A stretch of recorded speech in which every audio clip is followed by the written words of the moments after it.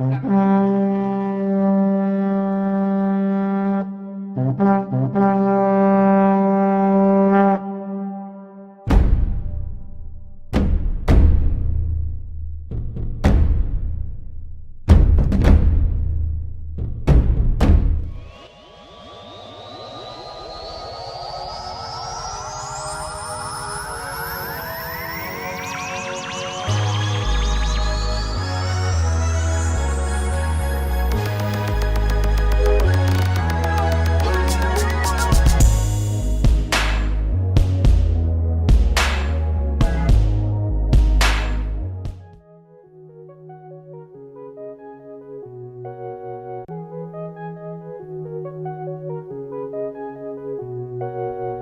賊は肉で宴をやるけど Brace for people.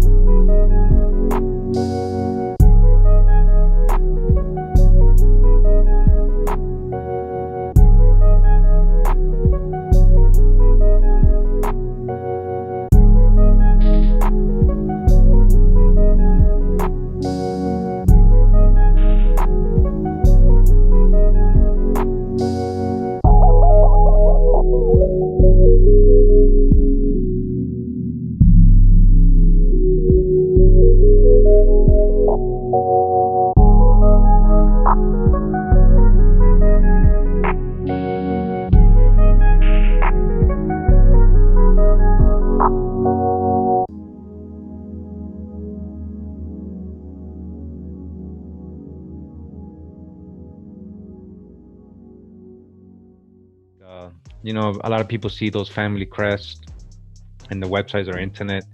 Well, this is one of the books that has those crests, that contains those images. I have the other books, probably showed in other videos. This is the crest of Great Britain and Ireland, Dominion of Canada, India, and Australasia. Australasia, derived from best authorities and family records. All right, this is an official, the Fairbairns or Fairbairns crest, family crest. All right, collection. This is one of them right here. All right, the Archer. Now, if you go to the book, you can see what family it is. Number 5, it'll tell you in the book. You can go check it out. All right. These ain't slaves. These are family crest, you know.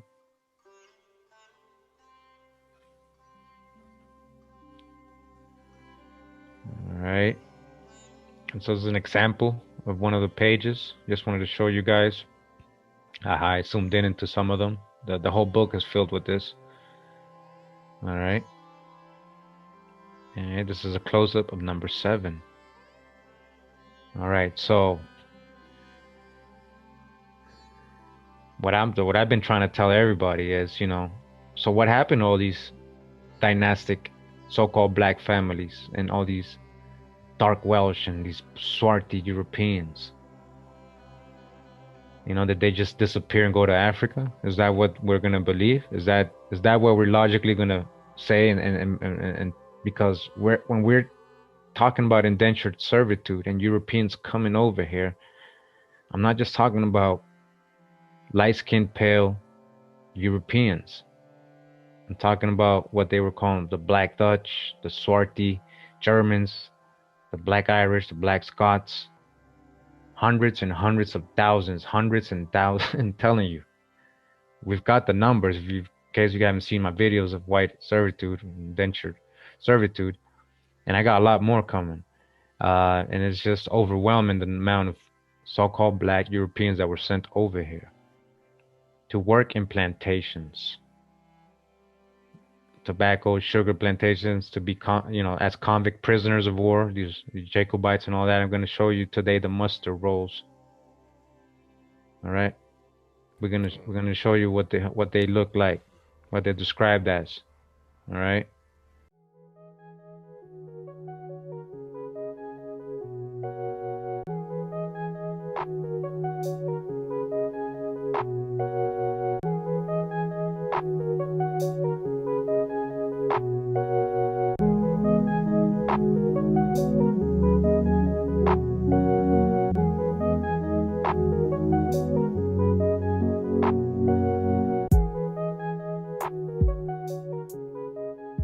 A very famous family crest book of Great Britain. All right. And so again, this is what you find in this book, different crests. All right.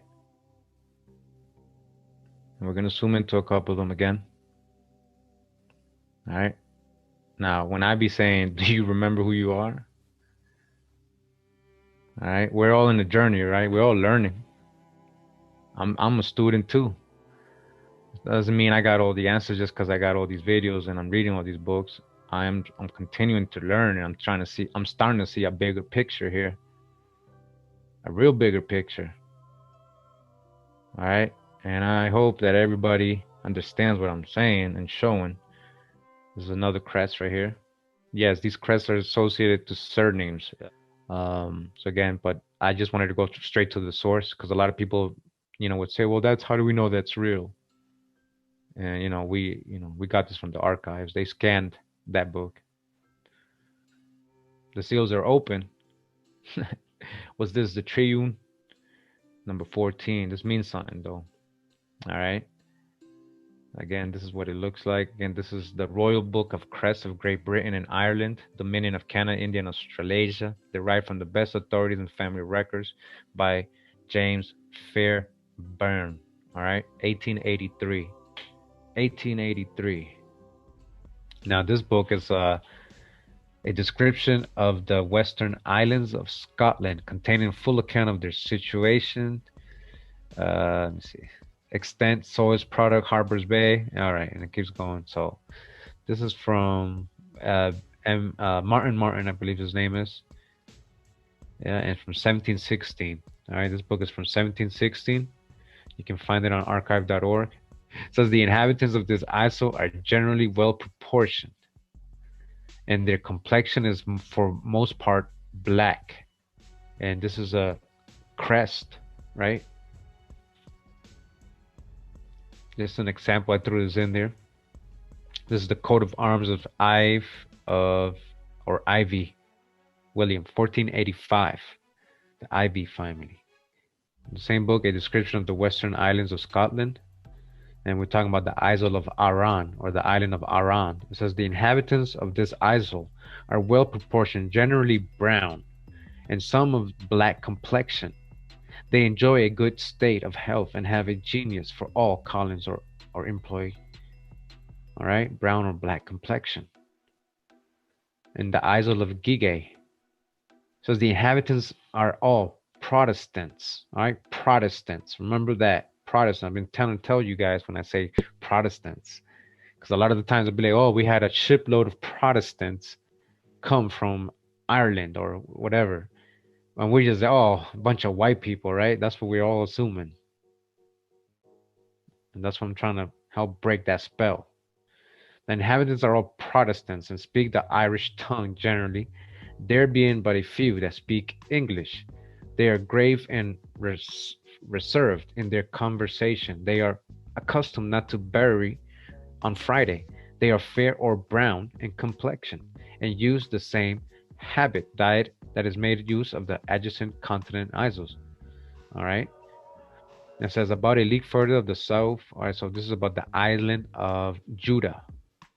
It almost sounds like the island of Judah. Just replace the R with a D.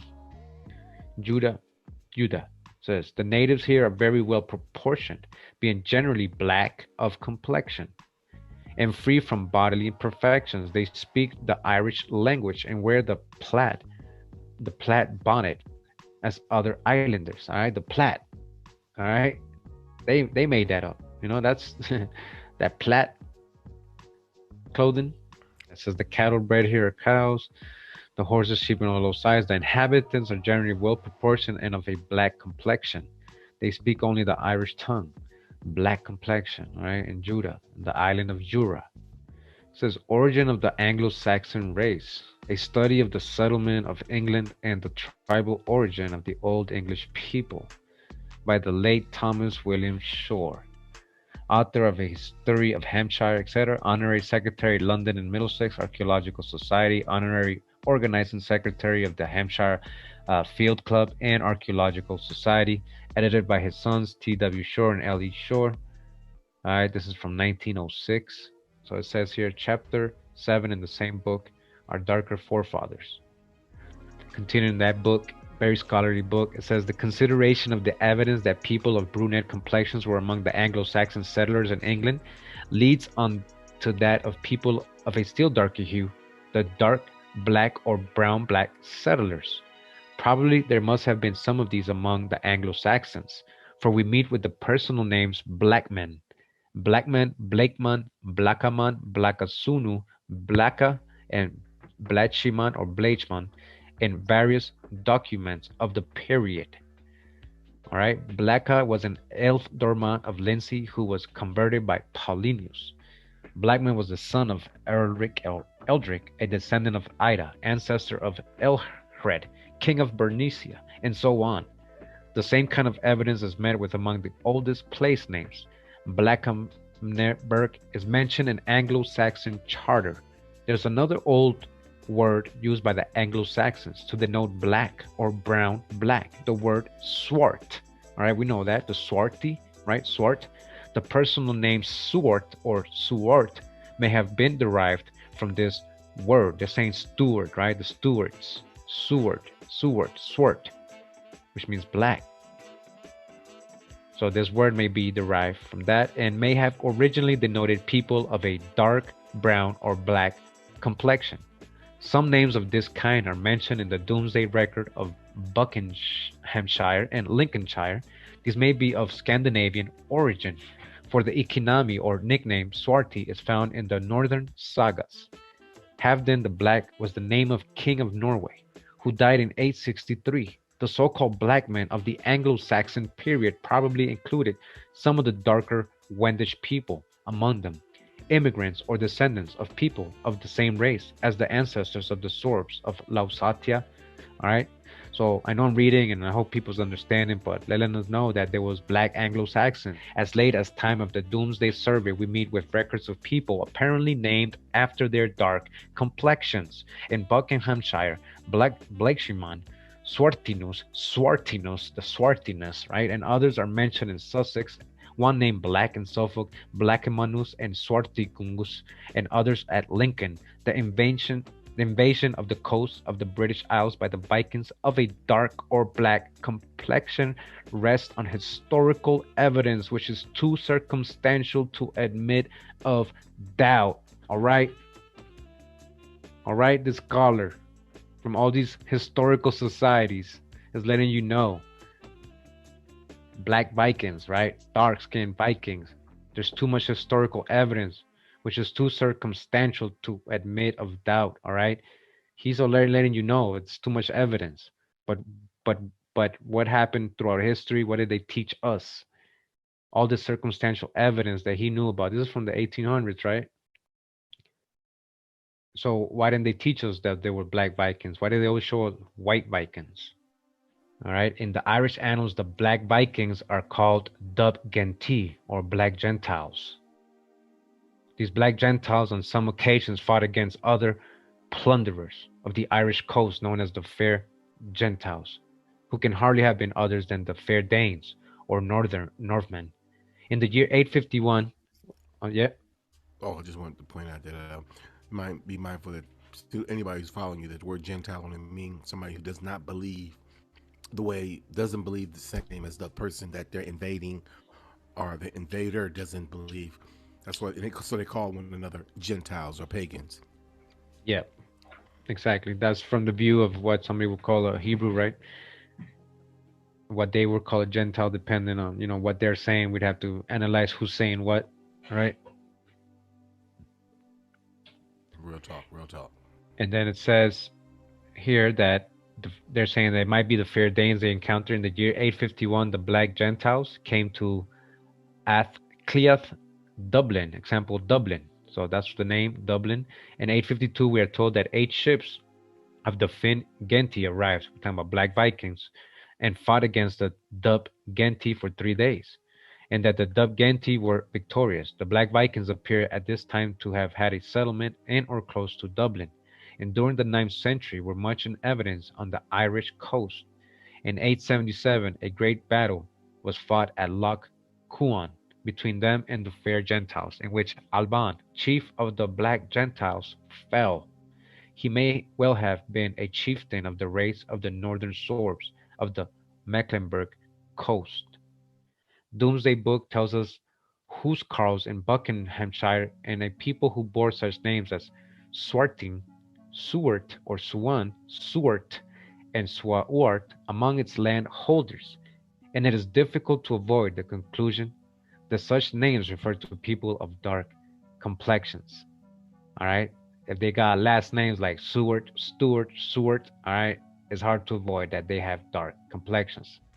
All right, and what does it say here? Family names from the Irish, Anglo-Saxon, Anglo-Norman, and Scotch, considered in relations to their etymology, with brief remarks of the history and languages, peoples to whom we are indebted for their origin, by Thomas G. Gentry. This is from 1892. This guy is author of Life Histories of Birds of Assyrian, Pennsylvania, The House of Sparrow, Notes and Eggs on Bird. All right, so he's a bird specialist, but he also does this on the side. Now it says here, Deaver, originally Duber, from Dub, which means black. Dub, black. Like Dublin, the city of Dublin is the city of black. Dub, man, a dark complexioned man. Dubur, Duibur, Dub, a dark complexioned man. Deegan. All right. And it says here, Deflin, Dub, black, Lynn, marsh, or swamp. Just like moor also means swamp, a wasteland. That's another definition for moor. Just like dub also means a marsh, because you know what? A lot of these dark-skinned people were living along marshes, and it was becoming associated to them as well. So the word meant a lot more than just meaning a wasteland or a marsh. All right. Dub, and we're gonna get to that either today or tomorrow. So Dub, black, Lynn, and marsh swamp. Says Dub, Duffy. Duffy is also like Duff, Dub, pronounced Dub or Dub, or black. Dub, black, an individual, a black person, a black dub. All right. Dougal or Douglas, right? Douglas, right? Douglas, from black, dark, glass, green, gray, dark green, dark gray. Dougal. So Douglas means black too. Douglas. Dougal, from dub, black, gal, stranger, a black stranger. Dougal's from the same roots. All right. And it says here, Dub. We already know what? The Black. Black. King of Scotland. Black. What do they mean? Black. Nobody's named Black. His name was Dub Mac Mail Colum, or the Black Mac Mail Colum. Let's not forget the movie that the brother played in called King of Scotland, that was played by Forrest Whitaker. You remember? Yeah, the new King of Scotland, or something like that. Yeah, which was played by Forrest Whitaker. Yeah, In the movie, he's an African king, but he's called the King of Scotland because of his relation with family members from Scotland. exactly. There you go. Subliminal Hollywood. You already know the Hollywood. Because it's reality dub King of Scotland. Black King of Scotland. Dub Macmill. What? Dub Macmill Coulomb. What? Sometimes anglicized as Duff Macmalcom. Called then the Vehement, the Niger. On the Black was king of Alba. He was son of Malcolm I and succeeded to the throne when Indulf was killed. Well, we already know Malcolm. What kind of name that is, right? Son of Malcolm. All right, and he was, yeah, a known so-called Black Scottish king. Right. This is his genealogy.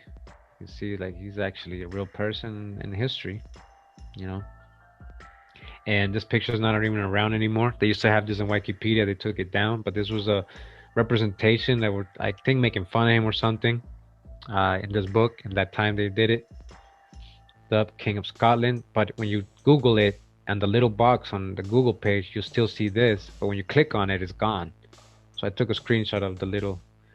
It says Dub King of Scotland, Dub Macmill, sometimes anglicized as Dub Macmillan. The Vehement, the Niger, the Black was King of Alpha.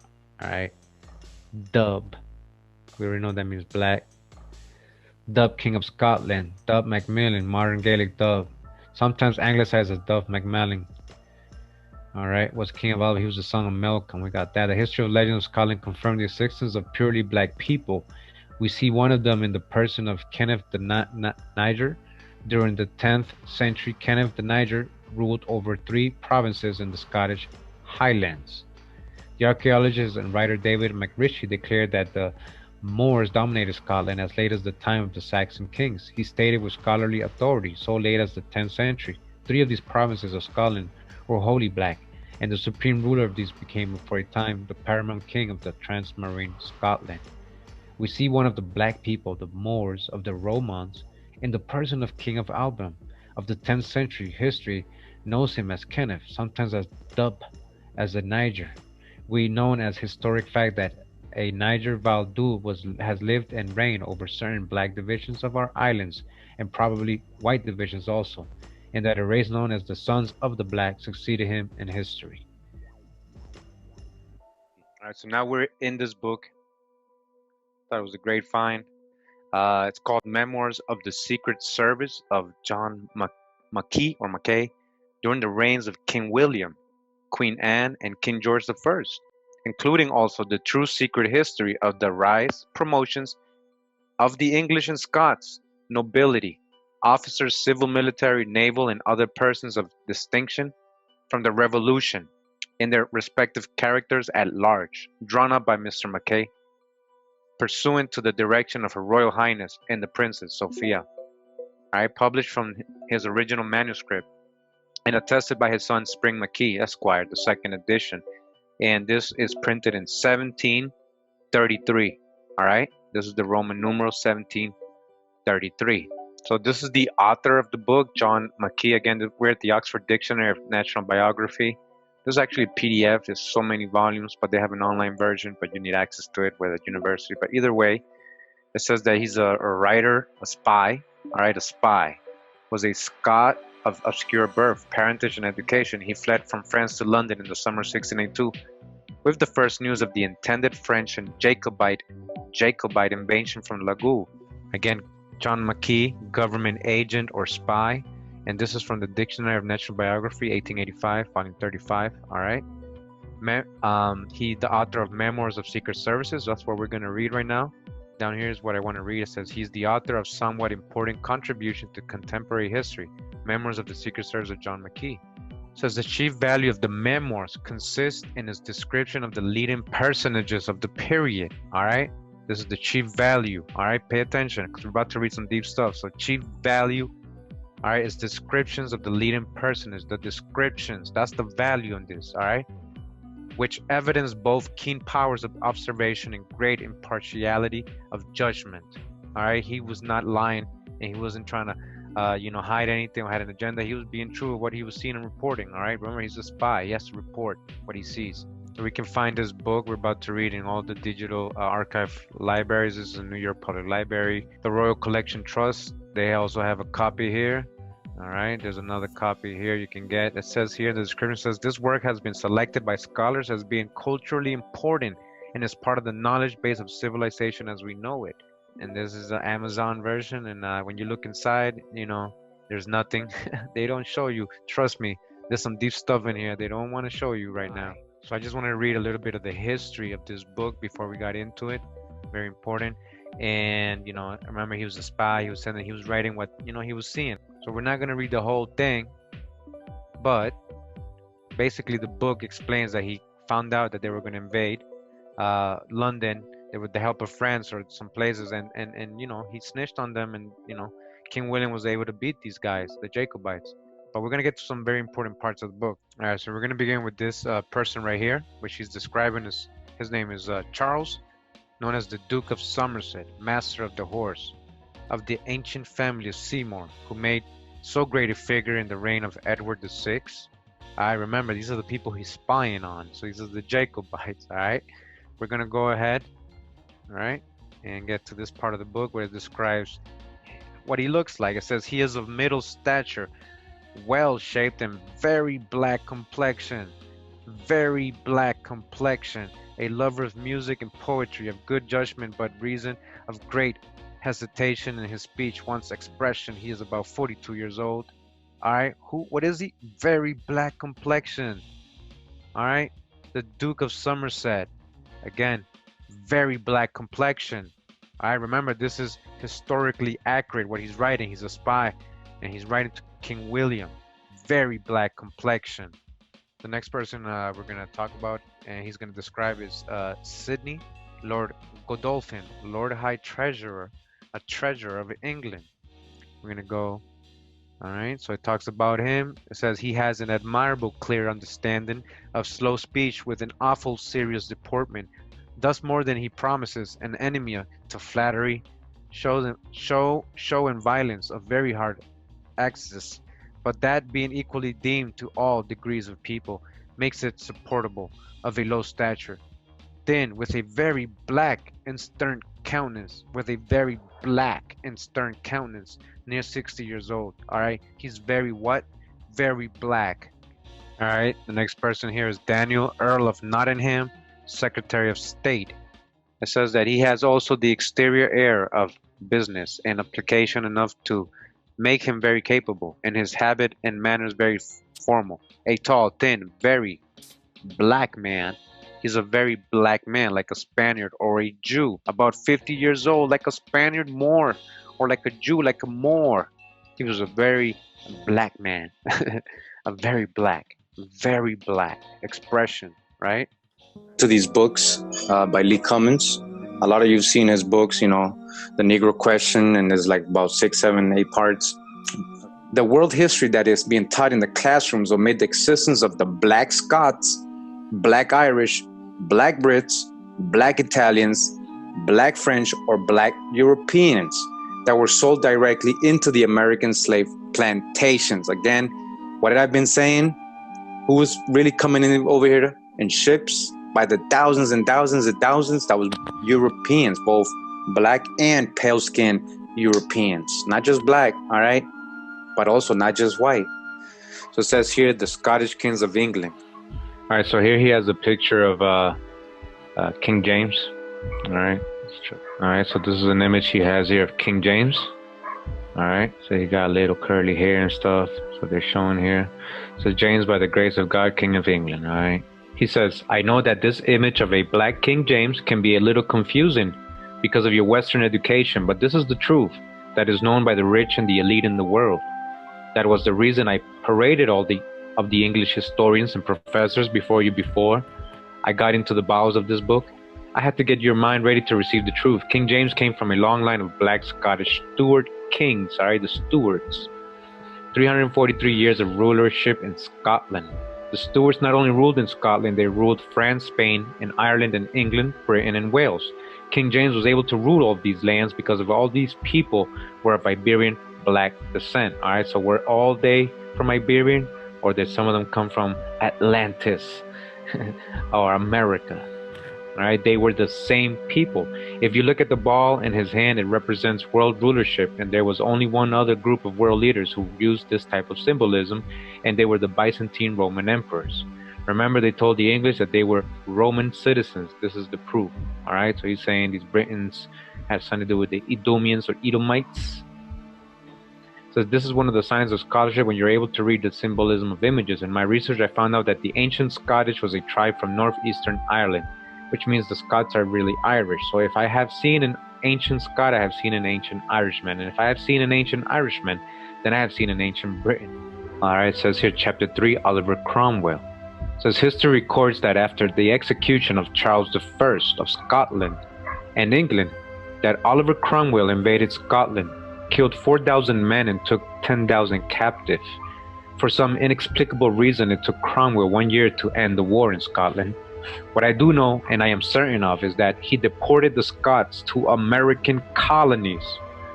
These black Europeans were sent to Barbados, Boston, Charlestown, Cambridge, Concord, Hingham, Ipswich, Virginia, Newark, and the southern plantations. All right, we got this again, the primary sources of this real history on my previous videos of white servitude and black masters. Check it out, it's 4 parts so far. These are the facts. Ladies and gentlemen, these Scottish blacks are among us in the Americas, and we are ignorant of their existence as well as they are. Listen to what he's saying. It has been reported that in the African American community, so-called African American, right, a lot of blacks have Scottish and Irish last names. It's very interesting book because it correlates with what we've been learning. All right, and again, we're not here to basically try to debate. We're not trying to debate what we already know to be true. We're not trying to debate people who want to be stuck in a story, right? Like in a storyline, would never show any sources, never, or if their personal history is that, that's their personal history. That doesn't mean everybody else's history is that, so come with respect. We're not here to play games and be sarcastic or anything. We're here to build and learn. And, if you want to present some sources, you're free to do your own video so we can look at the information and verify it ourselves with the sources that you present, so we could see if it's, legit or what it is, if it's just, fairy tales or what, But, yeah, well, we just, always got to talk sources. Now, I got this book right here. All right, it's called The Jacobite Gleanings from State Manuscripts, Short Sketches of Jacobite, the Transportations in 1745 by J. Macbeth Forbes. All right, I actually have the passenger list, the ship list from 1745 of the Jacobites. All right, and there's something very interesting in here. All right, this is from the Harvard College Library from the bequest of Thomas Rand Ward. All right, and again, when we're talking about these people right here, we ain't talking about Africans. Right? It says the Jacobite Gleanings from State Manuscripts, Short Sketches of Jacobite, the Transportations in 1745 by J. Macbeth. An exact list and description of 150 rebel prisoners shipped at Liverpool on board the veteran John Rickey, master for the Leeward Islands, which were taken near Antigua the 28th June last by the diamond privateer Paul Marcelli, commander, and carried into Martinico the 30th June of 1747. All right, what are we going to see here? The passenger list of all these prisoners, Jacobites. Now let's see, it says name, age, profession, the county, the statute, remarks, so any other thing, right? And number 1, just for example, we're going to start with number 1. It says Robert Adam, 18. He was 18. He was a laborer. County, he's from Stirling. He was 5 feet 1 inch, very short. He's brown. He's brown. Smooth face, right? He's brown. All right? He's brown. William Bell, 46 Weaver, Berwick, 5'4". He's black with curled hair. He's strong made. All right? Douglas Dougal or Dougal. We already know about Dougal. Dougal Campbell, servant, Lochaber, 5'4". He's also brown complexion, well made and ruddy. Brown complexion. Alex Catanagh, 17. All right, young. These are young. Miller, Bandenok. All right, he's from Bandenok. He's 5'5". He's black, ruddy. Black, ruddy. All right. A lot of you probably still saying, well, that probably means white. Well, we'll see. All right, we'll see. Dougal Campbell, Dougal, Douglas, Dougal, Swarty, right? He's a servant. Argyle. He's 5'5", 1/4. He's brown also. And also ruddy, healthy, well made and ruddy, it says, I guess. Alex Campbell. All right, we already know about the Campbells. We just read that, right? 18. He's a laborer. Inverness, 5'8". He's pock-pitted. Whatever that means. John Campbell, he's 20. He's 5'2". He's swarty. All right, he's swarty. There's no saying, oh, well, that black means, no, swarty. He's swarty. Alex Cameroon, he's well made. He's swarty because this doo-doo, brown swarty, brown pock picket. Oh, I guess so. These are all brown people. See that? The D-O is ditto. All right. William Dickinson, red hair, thick set, and healthy. Alex Davidson, he's ruddy and slim made. Andrew Edwards, he's black, well made, strong. All right. Alex Goodbrand. All right. So I want you to see all these people, right? All these people. Look at the names. Brown, black, brown, thin, black, brown, ditto, and so on. Do you see any of your last names here? These are Jacobites. You understand what a Jacobite is? Huh? This is a long list. I'm trying to tell you. All right? I'm going to show you sign. Donald McGillis, McDonald, McDougal. All right? Muck. We already know what all that means. McDonald, McKee, Daniel McKee. McKee's a Daniel McKee. Remember that for a future video. All right? Daniel McKee. The McKees. Who's McKees? What does that have to do with a first person to own property and apartments and like project style kind of buildings? Is a McKee. He was a McKee. All right.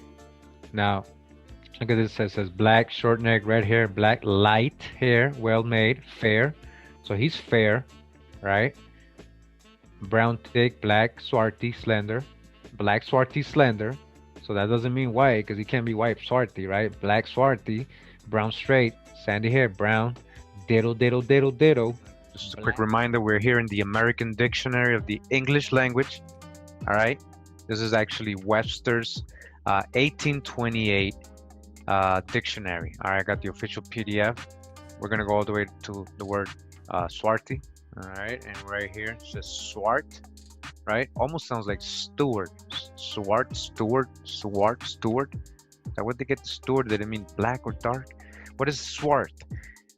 It says being of dark hue, moderately black, tawny, swarth. All right. Down here it says swart, to make tawny or brown. Swart, an apparition. Swartly. All right. Duskly with a tawny hue. It says swartness, tawniness, a dusky or dark complexion. Dark complexion, right? Dark complexion. Swarty, being of a dark hue or dusky complexion. Tawny, in warm climates, the complexion of men is universally what? Swarty or what? Black in warm climates. Is there only warm climates in Africa? No, we have warm climates all over the world, right? The Moors, Spaniards, and Italians are more swarty than the French, Germans, and English. This says their swarty hosts would darken all our plains. Swarty. All right, black as the swarty African, it says, right? As the swarty African. So the African is swarty, right? Swarty is a tawny color. Swartish, somewhat dark or tawny. Swarty, tawny. All right. So you get the picture, right? Swarty. So an African is swarty, right? Black, straight, ditto, swarty, lusty. See all these last names, right? These are the names. Black, pale-faced. There you go. Pale-faced. All right. This is pale-faced. They tell you fair-faced, pale-faced. When they're pale-faced, they're telling you fair, black, brown, fair complexion, pale. All right? So this, when they're saying black, it doesn't mean white or fair or pale, because they're telling you when they're pale, pale complexion, again, all right? Fair. Now this could be a light-skinned, dark-skinned person. It could just be a light skin, but they're telling you straight up, pale complexion, fair. Could be straight up a white person, right? Straight up, pale, a real pale person. Brown, dark complexion, well-made. Joseph Brown, brown, dark complexion, well-made. Daniel Duff, right? What do we learn about Duff and Dub?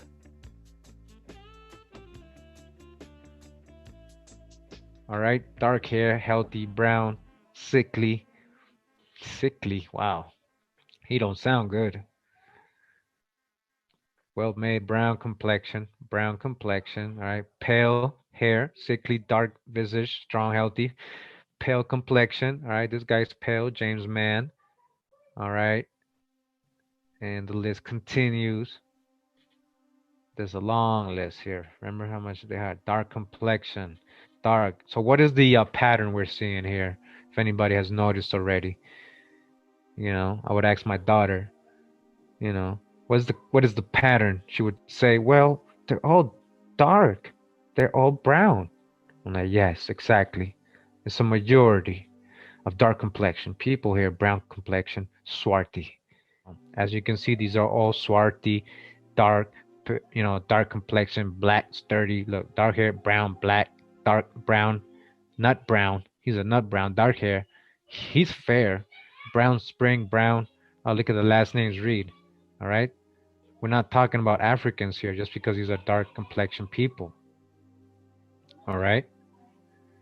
Brown, sprightly, light brown, there you go. Even when they're light brown, they're getting very specific. All right. They were probably doing that for a reason, make sure later on they'll be like, well, he's darker. Let's make him longer. Let's take, you know, he's pale. Let's, you know, they were taking this for a reason. Black man, brown, light brown, dark chestnut. All right, dark brown. Thomas, bold. You did kill. This is Margaret Dykes, Mary Mackenzie, Barbara Camel, James McIntosh. All right.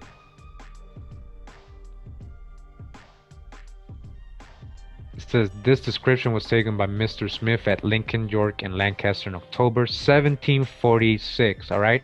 Primary source. Do you understand what a primary source is? These are people from that time writing this down. All right. This is not pseudo just because it's old. So a lot of people like to use that because we're reading older books that it means pseudo, that automatically older books are lie or pseudo.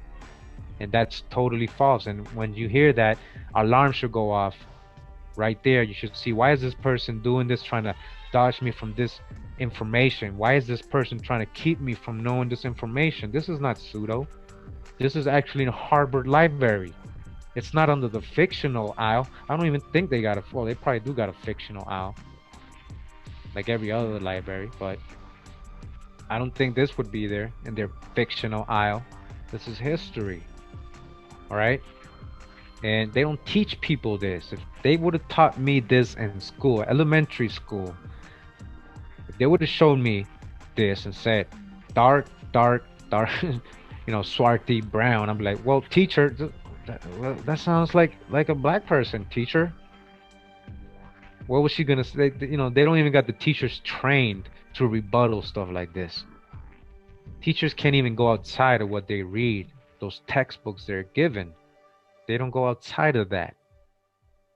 But we're going straight to the primary sources. And we're not talking about Africans. All right?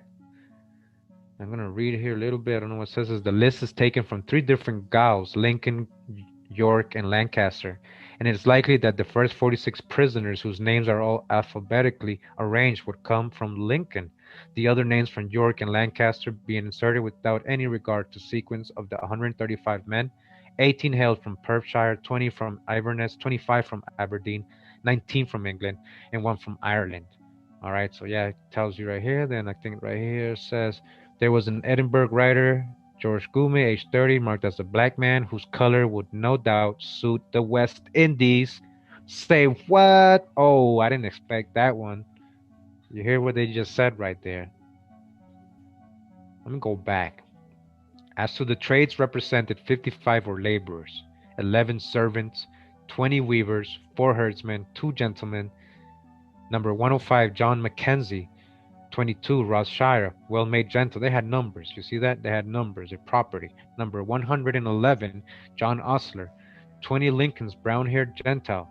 There was an Edinburgh writer, George Hume, age 30.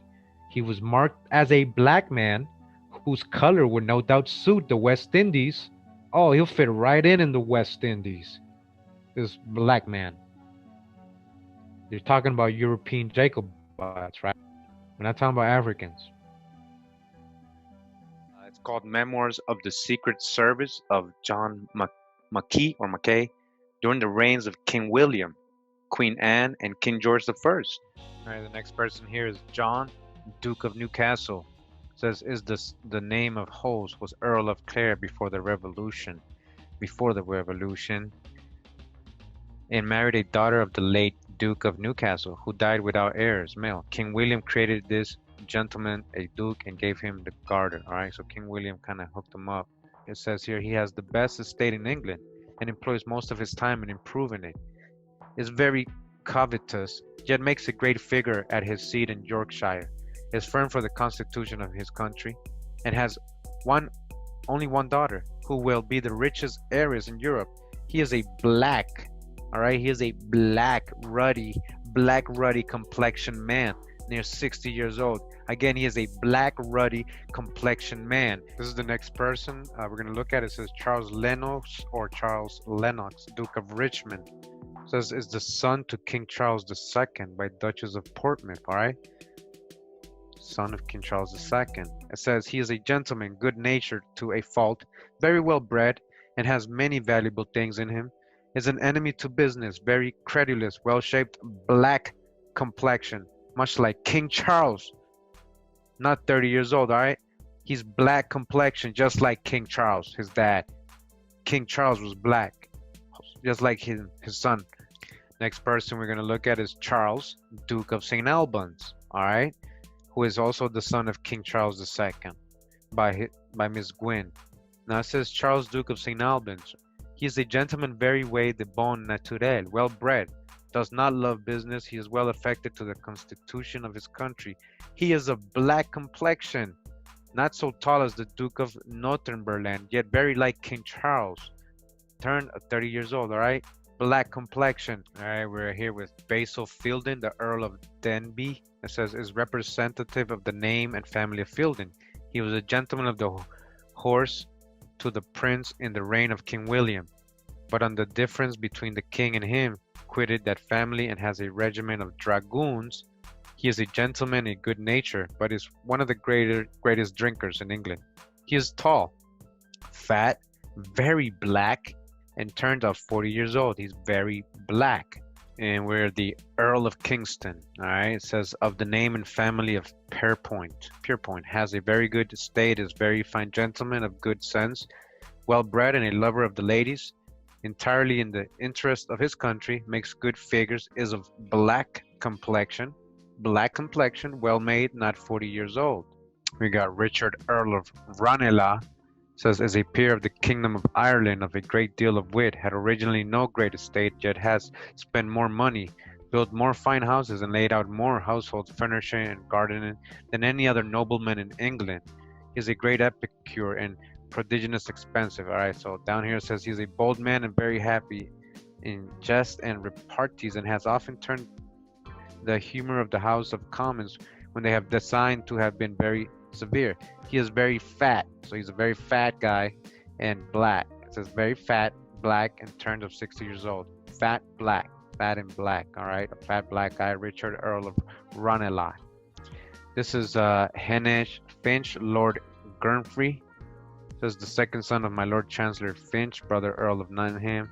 Says he is accounted one of the greatest orators in England and good common lawyer, a firm asserter of the prerogative of the crown and jurisdiction of the church, a tall, thin black man, splenetic, near 50 years old. Then we got Montagu Venables Bertie, Earl of Abingdon. So what does it say about Benaglis? All right, it says that he's a branch of the Berties, a gentleman of fine parts, makes a good figure in the counties of Oxford and Buckinghamshire, was made by the Queen Constable of the Tower of London, is very high for the monarchy and church, of a black complexion, past 40 years old, of a black complexion. Right here we got Mr. Matuin, ambassador to the King of Portugal. Ambassador to the King of Portugal, Mr. Matuin. Says that he is a man of intrigue, but very muddy in his conceptions and not quickly understood in anything. In his complexion and manners, much of a Spaniard, a tall black man, 50 years old, just like a Spaniard. And we're talking about Moors, most likely Spaniard. And we continue in this book, you know, Memoirs of the Secret Services of John Mackay. Remember, this was the spy that King William sent out there to spy on these Jacobites and supporters of the King James and all that to get the throne back. And this is what he is describing the people that he's encountering and spying on. Right. So this is again page 151, and Mr. Stanhope says envoy extraordinary to the States General of the United Provinces. His son is Colonel Stanhope, is one of the finest young gentlemen we have. Is very learned with a great deal of wit. King William designed to have sent him to the court of Sweden, and he is certainly fit for any negotiation. The father is now old, and the son of a handsome black man, turned of 30 years old. Next, we got the Earl of Orkney, Lieutenant General. Right, is a fourth son of the late Duke of Hamilton, and brother of the present. He was bred under his uncle and my Lord Dumbarton, who died in France, and after the Revolution had his regiment. He is a very well-shaped black man. Is brave, but by reason of a hesitation, his speech wants expression. So he's a black man, very well-shaped black man, really. Next, we got Rear Admiral Wishart. All right, he was born in Scotland, and it says that he has great luck and prizes and purchased a good estate. He is a black man, towards 50-year-old. He's a black man, the Rear Admiral Wishart. All right, so we continue. It says Marquis of Annandale, President of the Council, chief of the ancient family of the Johnston, and fell in heartily at the revolution with King William's party, and a few months after entered into the design for restoring King James. All right, he was helping restore King James, right? He's a Jacobite, right? Which being discovered by the apprehension of Neville Payne, who was sent from England to carry it on, he submitted himself to King William, confessed his fault, and had his pardon. All right, it says that he was often out in the ministry during the king's reign, extremely carried away by his private interest, had good sense with a manly expression, but not much to be trusted. Makes a fine figure in the Parliament House, as he does in his person, being tall, lusty, and well-shaped, with a very black complexion. This Jacobite supporter of King James, who got caught by King William. All right, Marquis of Annandale.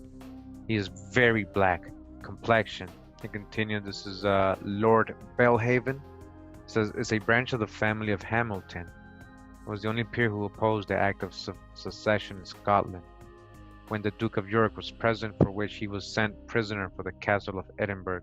Oh, he didn't like King James, huh? Lord Belhaven. All right. So it says that he was been angry with the administration of the reigns. All right. So he was against that whole thing. So he says he's rough, fat, and black. Noisy man, more like a butcher than a lord, turn of 30 years old, a fat black man. Continue on page 237. It says this is the Earl of Home. Is the representative of the noble family of that name, Home. He's endued with very good parts of a firm countryman, but never would acknowledge King William, right? So he was a Jacobite. And it says that he is a black man of a middle stature with a sanguine complexion. He is a black man of a sanguine complexion, and one of the pleasantest companions in the world, towards 60 years old. I'm just going to continue with this. Now we're going back in the book, because this book also has a lot of descriptions of them being brown. Yeah, brown complexion. So it says this is John, Duke of the Buckinghamshire and Lord Privy Seal, very important person in those times. He was made Lord Chamberlain by King James. So very supportive of King James. He was there during that whole thing, and says that for notwithstanding his great interest at court, he is certain he has none in either House of Parliament or in the country. He is of middle stature, of a brown complexion, with four lofty look, with a sour lofty look, near 60 years old. So he's a brown complexion. We continue with John, Lord Somers, the late Lord Chancellor, says of a creditable family in the city of Worcester. His father was attorney and bred him to the law, which was his profession for some years. Before he was taken notice of, he was retained as one of the council for the 7 bishops in King James' reign, and behaved themselves in the cause with so much applause as gained him very great reputation and first brought him into business. All right, so he was very known by this whole administration of King James. He was obviously a supporter of King James, might be considered a Jacobite. And regarding his complexion, says he is of a grave deportment, easy and free in conversation, something of a libertine and middle stature. He's a brown complexion, near 50 years old. All right, brown complexion. What's brown complexion? Aren't you brown complexion too? Just to finish up, it says Earl of Feversham, a third son of the family of Duran in France. His middle statured and brown man. He's a brown man. All right, now there is a great example here. I want to show you that they also have white or fair people complexion. All right, Thomas Earl of Aylesbury in this book. So it says that he is of fair complexion, right? Fair complexion. So you guys can see they're not just making everybody black or brown, right? George Lord Abergavenny, gentleman of the bedchamber to the Prince of Denmark. All right, he's a little brown man, very lovely, a little brown man. We got Robert Lord Lexington. All right, son of the Sutton, was a gentleman. It says that he is handsome, of a brown complexion, 40 years old, of a brown complexion. Robert Lord Lexington, brown complexion. Continue. We got Neville Lord Lovelace, is Lieutenant Colonel of the Horse of Guards, a very pretty gentleman of good sense and well at court, a short, fat, brown man. We got Ford Lord Grey of Wark, all right, his brother to the late Earl of Tankerville. He's also brown, a thin brown, handsome man, and brown. He's also brown. We got John Lord Ashburnham, has a great estate in Suffolk and improves it, is a thin brown man, 50 years old. He's a thin brown man. These are all Jacobites, these brown and black men. Next we got Sir George Rooke, is of a gentleman's family in Canterbury, of no great estate, but of always well esteemed in that country. He commanded a ship at the Revolution, and it is believed if he had been in England when that happened, he would have been more zealous for his master King James than most of the Protestant captains were. His master King James, all right? It says he had the capacity to do a great deal if he pleases to apply himself to it. He is a stern-looked man of a brown complexion, well-shaped and 60 years old, brown complexion. We got James Vernon, Esquire, teller of the Exchequer. This was a clerk in the Secretary of King Charles II's reign, Secretary of Duke of Monmouth, and at the Revolution was Under Secretary of Duke of Shrewsbury. These are all Jacobites. A very important man here, James Vernon, and it's telling us here in this book that he is also a tall and thin, brown complexion man. All right, a brown complexion man. Now, what does Wikipedia and the internet show us? James Vernon, the executioner. This is him right here. Get a close-up of the picture. Does that look like a brown complexion man to you? That's a white man they're painting. This is not the person that they're describing. This is not the person, but look at the hair. They all got these wigs and these curly, froey, it's not even straight hair. They're trying to, like, you know, subliminally show somebody who might be ethnic or some way. All right. The real person is brown complexion. The proxy, the fake person, is this pale-faced person right here. This is not the same person. This is not the Jacobite. We got Colonel Matthew Aylmer, Vice Admiral of the Fleet. It says he commanded a ship in the reign of King James as well. This book, this person, John McKee, is telling us this person is a brown man. All right, he's a brown man, Colonel Matthew Aylmer. And again, once again, the textbook shows something else. Matthew Aylmer, the first Baron Aylmer, Royal Navy. This is what they're showing us. This is not a brown man.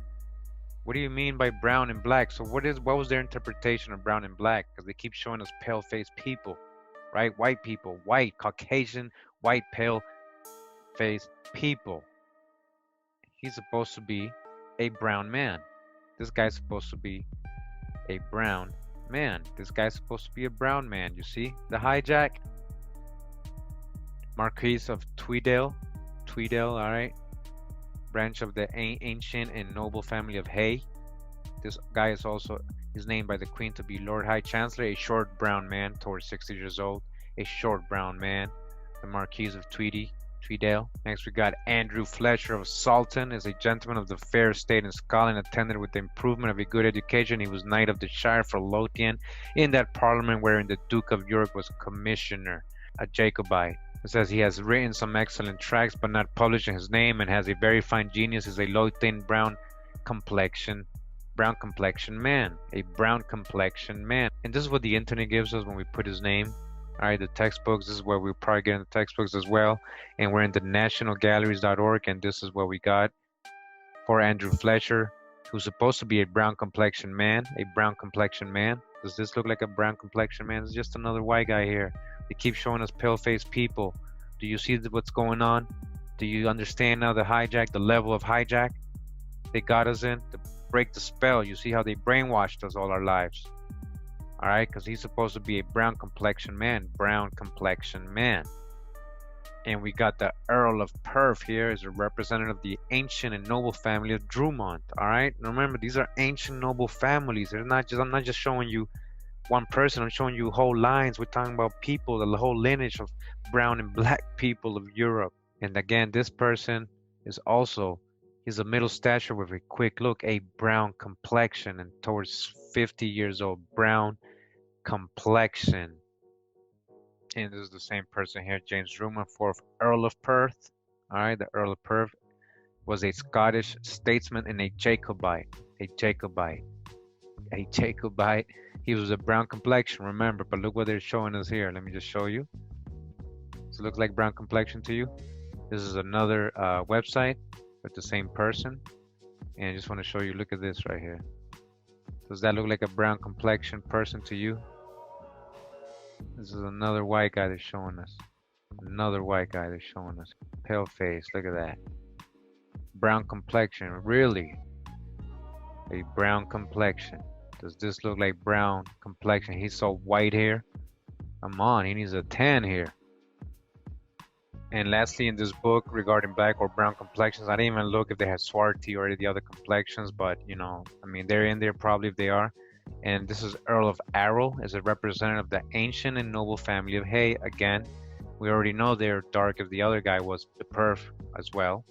All right, it says he is the present Earl, has lived retired since the Revolution. He is of a brown complexion, middle stature, towards 70 years old. All right, let's go look at what the internet says, or the textbook has been showing us all our lives. And right here we got James Hay, 15th Earl of Arrow. Now this is the picture they got of this person right here, Earl of Arrow, which is the same person. Now look how white he is. Wow. Remember, there's supposed to be a brown complexion. The Earl of Arrow is spelled differently. The Hay family, a brown complexion, middle stature. All right, now with this person right here, look like brown complexion to you? We gotta dodge the hijack. This is what I've just been wanting to show you guys. Whereas they've been lying to us our whole lives, making us think that everybody who's dark skin came out of Africa, and that everything, you know, all these slaves and all these people and all these, even these Europeans were all white, but it wasn't like that. Everything's been flipped on us, all right? The whole script. So I hope this video helps, you know, bringing your awareness to this, and that we don't really know everything. They've been telling us a lie this whole time. I mean, just look at this image right here. Do you see any brown complexion or anything like that? This person. All right. Who are these people they've been painting? All right. So now you know this video was the black Jacobites. All right. They're described in that time in 1733. That's the way they're described. Even the brown ones. All right. You saw none of them were brown. We showed the images they show us today. This is the same images they're still showing kids, our children, everybody in the schools and universities and the textbooks. This is what they're showing in history channels, in college curriculum books. This is the images that they're showing, and these people are supposed to be brown and black. Again, does this look like brown or black to you? Does this look like brown or black to you? all right? And these were black Europeans of nobility. They were coming over here as indentured servants, some of them as Jacobites, prisoners of war, right? Rebels. They were being sent over here in the plantations. We got that already in the last video. Make sure you go watch that. All right, so we're gonna continue with a lot of good videos. I got a lot of very good, interesting videos because this has opened up a whole new thing. All right, we think we know history, but we don't know history, and I'm about to show you guys that. I hope you guys enjoyed this video. Thank you for being here in the chat. You know, even though this was not such a long video, hope you guys liked it and you can use it for a resource and look into it further in your studies. All right, investigations. So have a good night and or a good day wherever you are. Much love and blessings. Much love and respect to everybody. Hawa. 3,000.